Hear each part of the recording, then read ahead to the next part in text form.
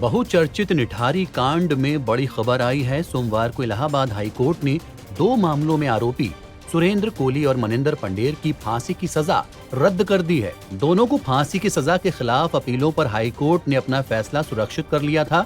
कोली पर आरोप है कि वो पंडेर की कोठी का केयरटेकर था और लड़कियों को लालच देकर कोठी में लाता था। निठारी गांव की दर्जनों लड़कियां गायब हो गई थीं।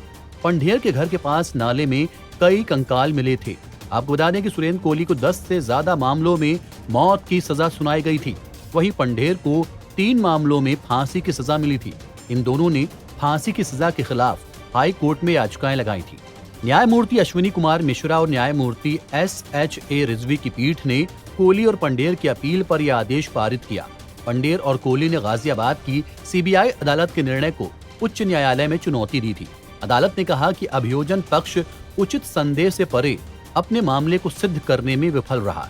इससे पहले कई दिनों तक चली सुनवाई के बाद अदालत ने मौत की सजा मामले में अपना फैसला सुरक्षित रख लिया था।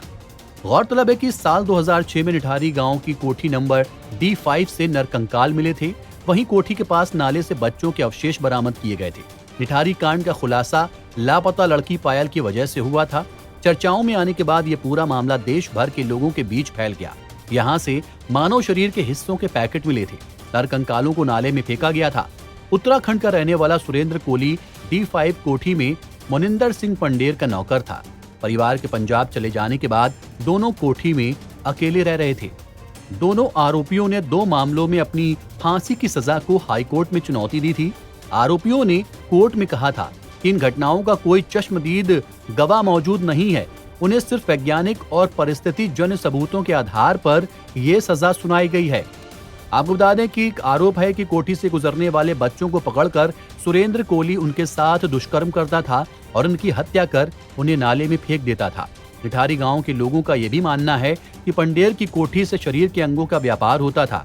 कोली और पंडेर बच्चों को मारकर उनके अंग निकाल लेते थे, उन्हें विदेश में बेच देते थे।